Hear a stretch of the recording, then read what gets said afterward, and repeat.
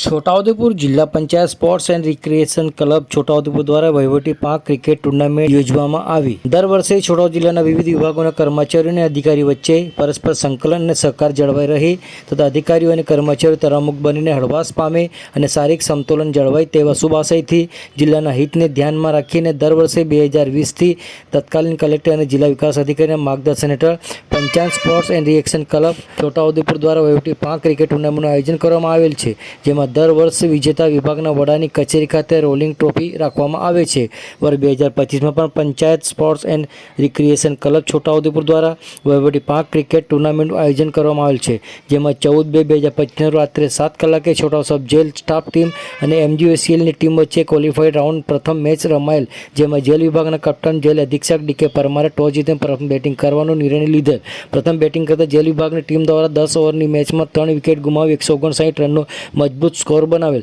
જેના જવાબમાં MGCLની ટીમ 10 ઓવરમાં 4 વિકેટ ગુમાવી ફક્ત 85 રન બનાવી શકેલ અને જેલ વિભાગની ટીમને 74 રને ભવ્ય વિજય થયેલ। જેલ વિભાગની ટીમના જેલ સહાયક વિચાત રાઠવાએ તોફાની રમત રમીને 8 ચોક્કા અને 8 છક્કા સાથે ફક્ત 36 બોલમાં અન્નમ 91 રન બનાવેલ, તેમાં સિપાહી હિતેન્દ્ર બારિયાએ 3 ચોક્કા અને 2 છક્કા સાથે ફક્ત 21 બોલમાં 32 રન બનાવેલ। સિપાહી મેહુલ ચૌહાણે 1 ચોક્કા અને 1 છક્કા સાથે ફક્ત 5 બોલમાં 11 રન બનાવેલ। જેલ વિભાગની ટીમના બોલરોની જોરદાર બોલિંગ સામે MGVCLની ટીમના બેટ્સમેન રન બનાવવામાં નિષ્ફળ રહેલ। છોટાઉ સબ જેલ વિભાગની ટીમ દ્વારા પ્રથમ વખત ટુર્નામેન્ટમાં ભાગ લઈ પ્રથમ મેચમાં 74 અને ભવ્ય વિજય મેળવી ક્વોલિફાઈડ રાઉન્ડમાં શુભ શરૂઆત કરેલ છે।